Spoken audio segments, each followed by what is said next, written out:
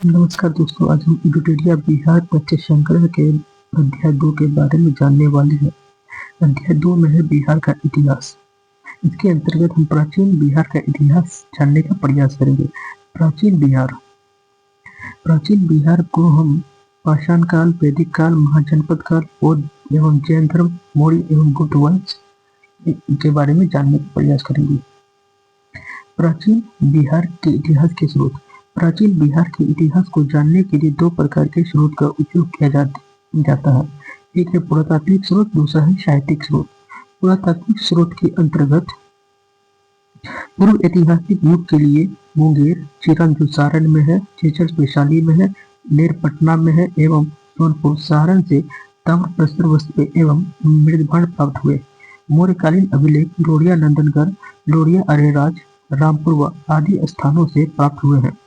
बराबर की गुफाएं, राजगीर, नालंदा, पाटलिपुत्र, विक्रमशिला से प्राप्त स्मारक, खुदाई से प्राप्त सिक्के, मनके एवं मूर्तियां आदि प्रमुख पुरातात्विक स्रोत हैं।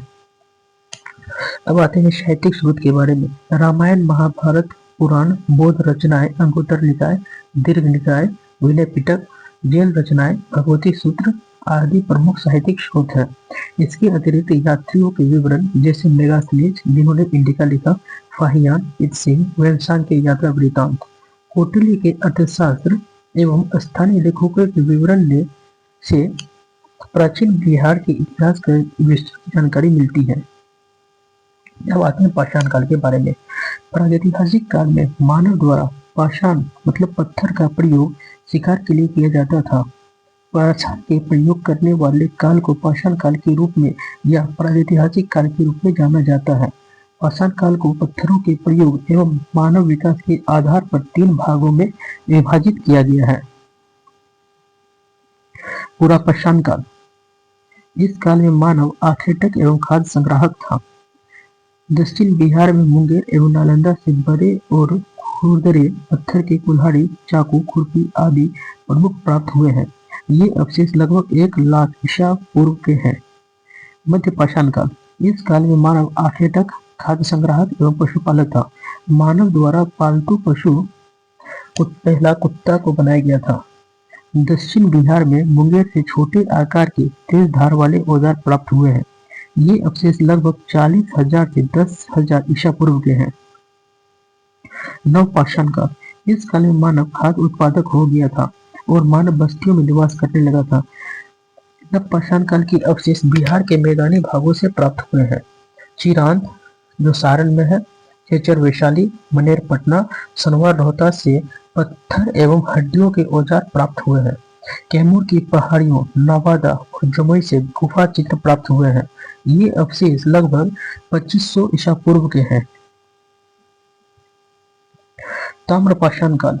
चिरांद, सोनपुर, ताराडीह, चेचर, मनेर, सनवार आदि से ताम्रपाषाण काल के अवशेष मिले हैं। इस काल में पत्थर के औजार के अतिरिक्त ताम्र उपयोग के प्रमाण मिले हैं। ये अवशेष लगभग 1000 ईसा पूर्व के हैं। वैदिक काल।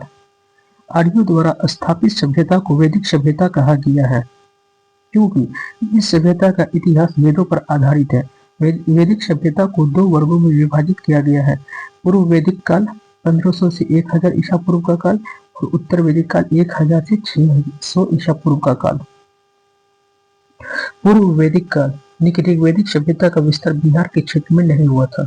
उत्तर वैदिक काल में आर्यों का विस्तार गंडक नदी के तट तक बिहार के क्षेत्र में हुआ था। बिहार के भौगोलिक क्षेत्र की प्रथम चर्चा शतपथ ब्राह्मण लगभग 8000 ईसा पूर्व की रचना में मिलती है। इसमें बिहार की चर्चा विदेह के रूप में की गई है जो तिरहुत मिथिला क्षेत्र को दर्शाता है।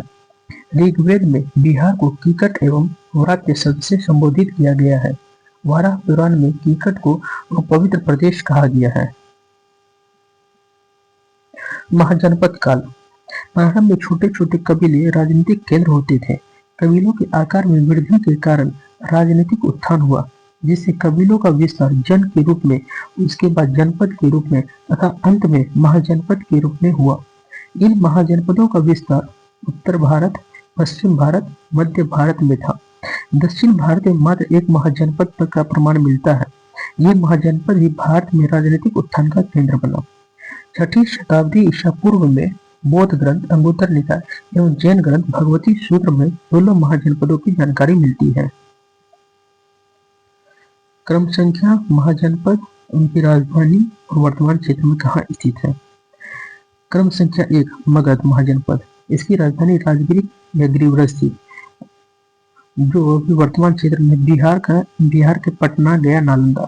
दूसरा अंग राजधानी चंपा, बिहार के भागलपुर और मुंगेर। तीसरा वज्जी संघ, राजधानी वैशाली, वर्तमान क्षेत्र बिहार के वैशाली और मुजफ्फरपुर। क्रम संख्या 4 महाजनपद काशी, इसकी राजधानी वाराणसी, वर्तमान क्षेत्र उत्तर प्रदेश वाराणसी। क्रम संख्या 5 महाजनपद कौशल, इसकी राजधानी श्रावस्ती, उत्तर प्रदेश के फैजाबाद में। क्रम संख्या 6 छठा महाजनपद मल, जिसकी राजधानी थी कुशीनगर, ये उत्तर प्रदेश के देवरिया डिस्ट्रिक्ट में है। 7वां महाजनपद वत्स, राजधानी कौशाम्बी और वर्तमान क्षेत्र उत्तर प्रदेश के प्रयागराज। क्रम संख्या 8 महाजनपद कुरु, इसकी राजधानी इंद्रप्रस्थ जो दिल्ली में है। क्रम संख्या 9 पांचाल, इसकी राजधानी अहिचोर क्षेत्र था और जो वर्तमान में उत्तर प्रदेश के बरेली और बदायूं में है। क्रम संख्या 10 महाजनपद सूरसेन, इसकी राजधानी मथुरा थी, जो वर्तमान उत्तर प्रदेश के मथुरा में है। क्रम संख्या 11 महाजनपद चेदी, इसकी राजधानी शुक्तिमती, ये उत्तर प्रदेश मध्य प्रदेश के ग्वालियर में। क्रम संख्या 12 महाजनपद अवंती, इसकी राजधानी उज्जैन और महेशमती, ये दोनों था और जो मध्य प्रदेश के उज्जैन में अवस्थित है। क्रम संख्या 13 मत्स्य, विराटनगर, राजधानी राजस्थान जयपुर। असमक की राजधानी पोटर और पोतली, महाराष्ट्र तेलंगाना, ये दक्षिण भारत का एकमात्र महाजनपद था। क्रम संख्या 15 कंबोज महाजनपद की राजधानी हाटक या राजपुर था, जो पश्चिमी पाकिस्तान एवं पूर्वी अफगानिस्तान में स्थित है। 16वां महाजनपद गांधार था, जिसकी राजधानी तक्षशिला थी, वर्तमान में पश्चिमी पाकिस्तान एवं पूर्वी अफगानिस्तान में अवस्थित है। 16 महाजनपदों में 3 महाजनपद का विस्तार बिहार क्षेत्र में हुआ। वज्जी या लिच्छवी, ये वैशाली मुजफ्फरपुर का क्षेत्र में था। दूसरा मगध पटना गया नालंदा क्षेत्र। तीसरा अंग भागलपुर मुंगेर का क्षेत्र। पहले कबीला था, कबीला से जन बना, जन से जनपद बना और जनपद से महाजनपद। वज्जी संघ महाजनपद, वज्जी संघ 8 राज्यों का संघ अष्टकुल था। वज्जी, लिच्छवी, यात्रिक, विदेह, उग्र, भाग, कुरु तथा इक्ष्वाकु इस संघ के 8 जनपद थे। वज्जी संघ में सबसे प्रसिद्ध लिच्छवी जनपद था। लिच्छवी की राजधानी वैशाली थी। वैशाली नगर की स्थापना राजा विशाल ने की थी। लिच्छवी के अतिरिक्त मिथिला के विदेह एवं कुंडग्राम के यात्रिक वज्जी संघ के प्रमुख जनपद थे। वज्जी संघ लिच्छवी को विश्व के प्रथम गणतंत्र की संज्ञा दी जाती है। मगध महाजनपद, मगध राजनीतिक, आर्थिक एवं भौगोलिक कारण से सभी महाजनपदों में सबसे अधिक शक्तिशाली था। मगध की प्रारंभिक राजधानी गिरिव्रज या राजगृह थी। यह 5 पहाड़ियों रत्नागिरी, सोनगिरी, विभागिरी, उदयगिरी एवं विप्लाचल से घिरा नगर था। मगध का विस्तार मुख्यतः पटना से गया क्षेत्र में था। मगध एवं अंग महाजनपद का वर्णन सर्वप्रथम अथर्ववेद में मिलता है। इस बिहार के मैप में हम सबसे ऊपर में देखते हैं वज्जी संघ या लिच्छवी महाजनपद, या फिर उसके नीचे है 2 महाजनपद, मगध महाजनपद और अंग महाजनपद। अंग महाजनपद, अंग महाजनपद का विस्तार भागलपुर और मुंगेर के क्षेत्र में था। अंग महाजनपद की राजधानी चंपा थी। अंग के अंतिम शासक ब्रह्मदत्त को हराकर मगध शासक बिंबिसार ने अंग को मगध में मिला लिया। मगध के उत्कर्ष एवं उसके राजवंश। मगध की स्थापना वृहद्रथ ने की थी। वृहद्रथ का पुत्र जरासंध इस वंश का सबसे प्रसिद्ध शासक था। जरासंध को भीम ने द्वंद्व युद्ध में पराजित कर उसका वध किया था। इसका वर्णन महाभारत में मिलता है। मगध के उत्कर्ष के कारण मगध की प्रारंभिक राजधानी राजगिरी 5 पहाड़ियों से घिरा एक सुरक्षित क्षेत्र था। मगध नदियों से घिरा प्रदेश था, जहां उर्वर जलोढ़ मृदा उपलब्ध थी, जो कृषि की दृष्टि से अनुकूल थी। मगध में नदियों के जाल के कारण सिंचाई एवं यातायात की सुविधा उपलब्ध थी। मगध के अंतर्गत छोटा नागपुर क्षेत्र खनिज संसाधन, वनों की लकड़ी एवं ताकतवर हाथियों से परिपूर्ण था। वृत्रथ वंश का अंतिम शासक दिग्विजय था। अब आते हैं हम हर्यक वंश के बारे में, जो 544 से 412 ईसा पूर्व तक रहा। हर्यक वंश में सबसे पहला बिंबिसार, जो 544 से 492 ईसा पूर्व तक रहा। इस वंश का स्थापना बिंबिसार ने 544 ईसा पूर्व में की थी। बिंबिसार को मगध का वास्तविक संस्थापक माना जाता है। बिंबिसार ने विवाह नीति द्वारा साम्राज्य विस्तार को प्रश्रय दिया। उसकी पहली पत्नी कौशल देवी कौशल की राजकुमारी थी। इस विवाह से उसे दहेज या उपहार में काशी का क्षेत्र प्राप्त हुआ। दूसरी पत्नी चलना थी। चलहना लिच्छवी के राजा चेटक की पुत्री थी। तीसरी पत्नी क्षमा पंजाब के मद्र की राजकुमारी थी। बिंबिसार ने अवंती के शासक चंड प्रद्योत के साथ मैत्री संबंध बनाया। बिंबिसार ने चंड प्रद्योत के उपचार के लिए अपने राजवेद युवक को भेजा था। बिंबिसार की हत्या 492 ईसा पूर्व में उसके पुत्र अजातशत्रु ने कर दी। अजातशत्रु 492 से 460 ईसा पूर्व तक। अजातशत्रु बिंबिसार के बाद हर्यक वंश का शासक बना। उसका वास्तविक नाम कुनिक था। बिंबिसार एवं कौशल देवी की मृत्यु के बाद कौशल के राजा प्रसेनजीत ने काशी वापस ले लिया, जिस कारण प्रसेनजीत का संघर्ष अजातशत्रु से हुआ। अंततः अजातशत्रु ने प्रसेनजीत को पराजित कर काशी पर अधिकार कर लिया। बाद में अजातशत्रु का विवाह प्रसेनजीत की पुत्री वाजिरा से हो गया। अजातशत्रु ने वज्जित संघ एवं मल्लों को पराजित किया। अजातशत्रु प्रारंभ में जैन धर्म को मानता था, बाद में उसने बौद्ध धर्म को अपना लिया। अजातशत्रु ने 483 ईसा पूर्व में राजगृह की सतकर्णी गुफा में प्रथम बौद्ध संगति का आयोजन करवाया। उद्यन 460 से 444 ईसा पूर्व। सिंघल अनुश्रुति के अनुसार 460 ईसा पूर्व में उद्यन ने अपने पिता अजातशत्रु की हत्या कर दी। उद्यन या उदयन ने अपनी राजधानी राजगीर से पाटलिपुत्र, गंगा, सोन एवं गंडक के संगम के तट पर स्थापित किया। उद्यन के 3 पुत्र अनिरुद्ध, मुंडक एवं नागदशक थे। नागदशक इस वंश का अंतिम शासक था। नोट: हर्यक वंश को पितृहंता वंश भी कहा जाता है, क्योंकि यहाँ पे पिता को एक वध करके उसको सिंहासन ले लिया जाता था। अब आते हैं शिशुनाग वंश में, जो 412 से 344 ईसा पूर्व तक रहा। शिशुनाग ने हर्यक वंश की जगह शिशुनाग वंश की स्थापना की। शिशुनाग ने वैशाली को राजधानी बनाया। शिशुनाग ने अवंती के राजा अवंतीवर्धन को पराजित कर अवंती को मगध में मिला लिया। इसके अतिरिक्त शिशुनाग ने वत्स एवं कौशाम्बी को भी मगध में शामिल कर लिया। 394 ईसा पूर्व में शिशुनाग की मृत्यु के बाद कालाशोक मगध का शासक बना। पुराणों में उसे काकवर्ण कहा गया है। कालाशोक के समय मगध की राजधानी पुनः पाटलिपुत्र हो गई। कालाशोक ने 383 ईसा पूर्व में वैशाली में द्वितीय बौद्ध संगति का आयोजन कराया। कालाशोक की मृत्यु के बाद उसके 10 पुत्रों ने शासन चलाया। शिशुनाग वंश का अंतिम शासक नंदीवर्धन था। नंद वंश 344 से 321 ईसा पूर्व। महापद्मनंद ने 344 ईसा पूर्व में शिशुनाग वंश को समाप्त कर नंद वंश की स्थापना की। महापद्मनंद ने एक राट एवं अथवा एक क्षेत्र की उपाधि धारण की। पाली ग्रंथों में महापद्मनंद को उग्रसेन कहा गया है। पुराणों में उसे परशुराम का दूसरा अवतार बताया गया है। महापद्मनंद ने पांचाल, इक्ष्वाकु, काशी, अस्मक, कलिंग, मैथिल आदि राज्यों को पराजित कर मगध साम्राज्य का विस्तार किया। अब तक यानी कि 321 ईसा पूर्व तक के काल में मगध का सर्वाधिक विस्तार महापद्मनंद के समय हुआ था। व्याकरण के महान विद्वान पाणिनि महापद्मनंद के समकालीन थे।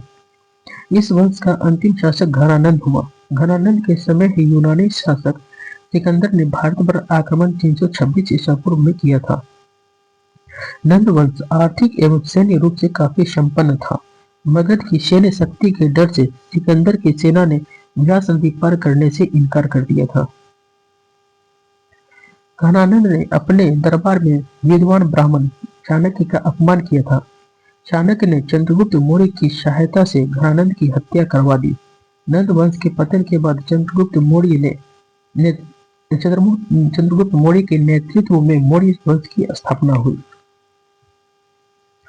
मौर्य वंश 321 से 184 ईसा पूर्व तक।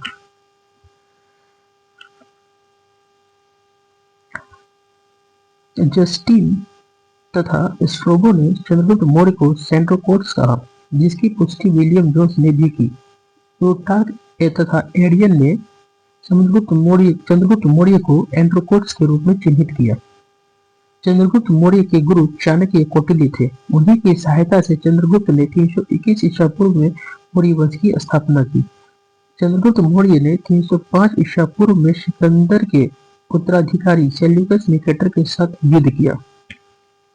युद्ध पश्चात हुई संधि में चंद्रगुप्त को काबुल, कांधार, मकरान एवं हेरात का क्षेत्र प्राप्त हुआ।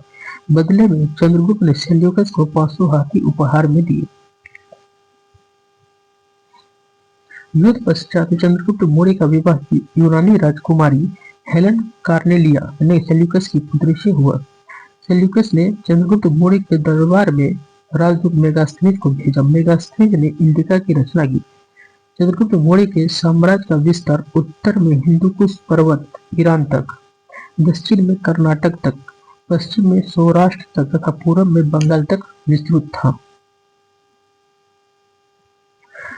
चंद्रगुप्त मौर्य के शासन के अंतिम वर्षों में मगध में 12 वर्षों का भीषण अकाल पड़ा।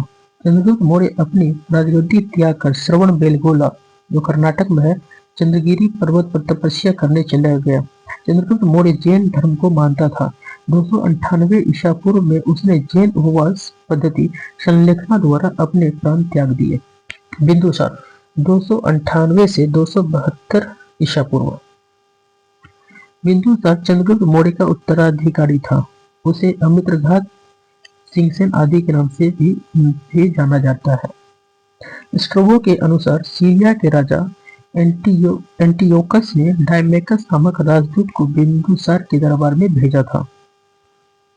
बिंदुसार के दरबार में मिस्र के राजा टॉलमी फिलाडेल्फस ने डायनोसियस नामक राजदूत भेजा था।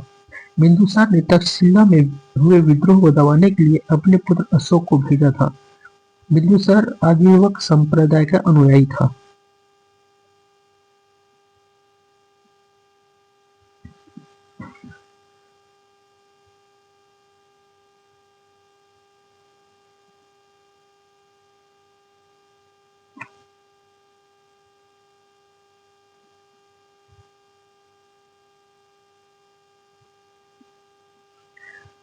अशोक 269 से 232 ईसा पूर्व। बिंदुसार की मृत्यु के 4 वर्षों के बाद अशोक मौर्य वंश की गद्दी पर बैठा।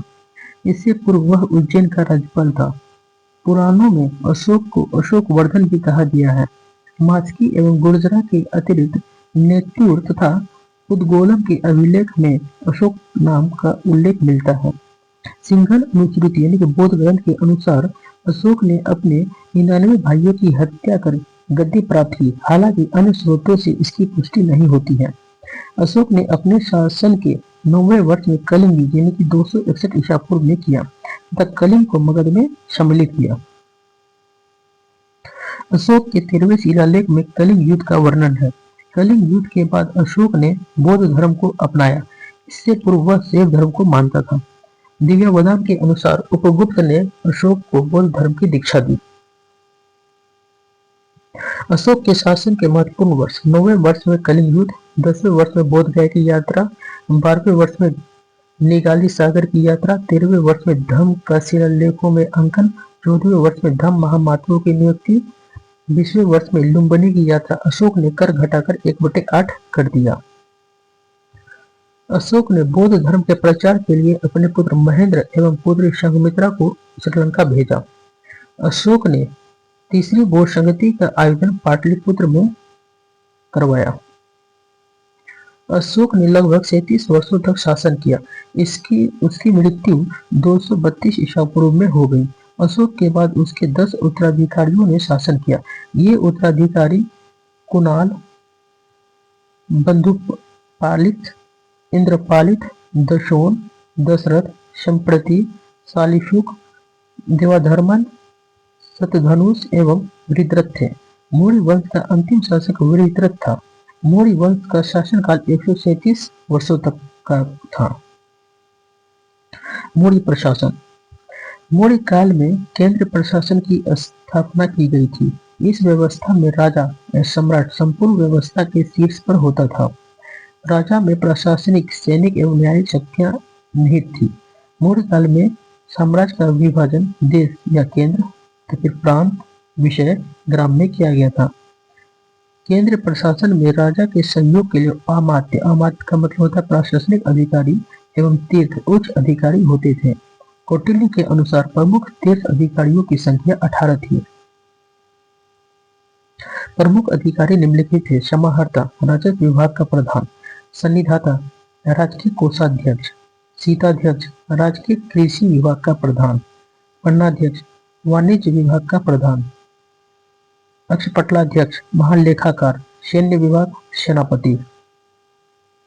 मौर्य काल में 4 प्रकार की सेना उपलब्ध थी: पैदल सेना, हाथी सेना, घुड़सवार सेना तथा रथ सेना।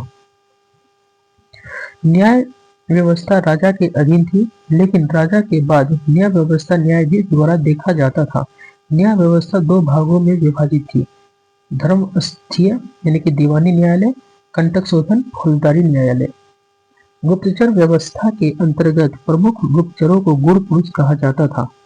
अर्थशास्त्र में जासूसों को चर कहा गया है।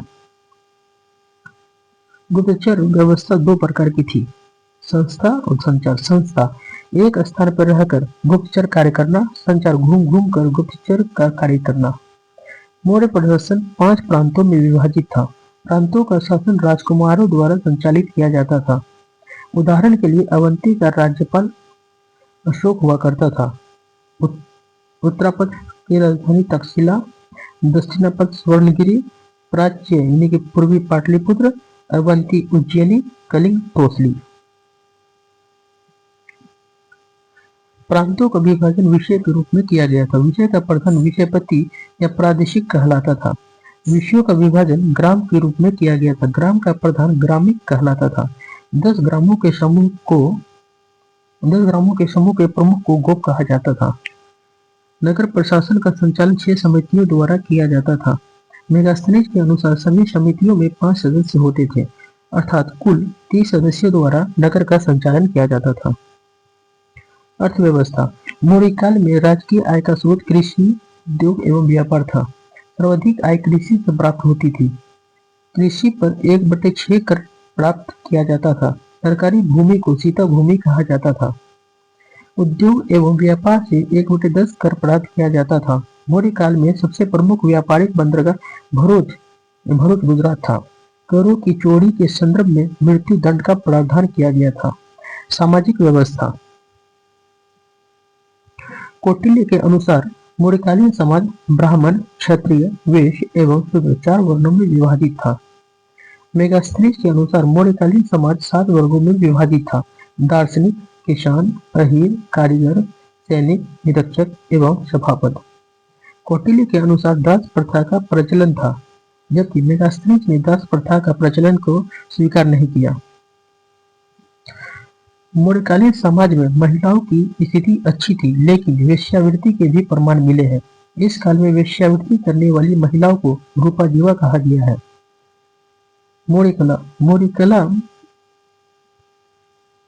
मौर्यकाल के दौरान ताकतवर केंद्रीय सत्ता के अधीन विभिन्न कला रूपों स्थापत्य कला एवं मूर्ति कला का विकास हुआ। ये कला 2 रूपों में विकसित हुई।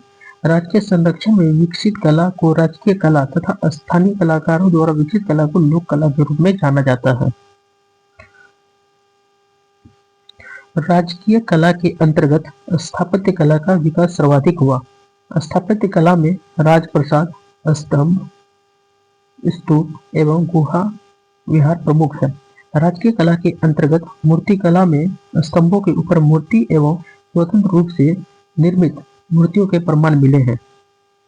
लोक कला के रूप में यक्ष यक्षिणियों की मूर्ति एवं जैन तीर्थंकरों की मूर्ति मिली है।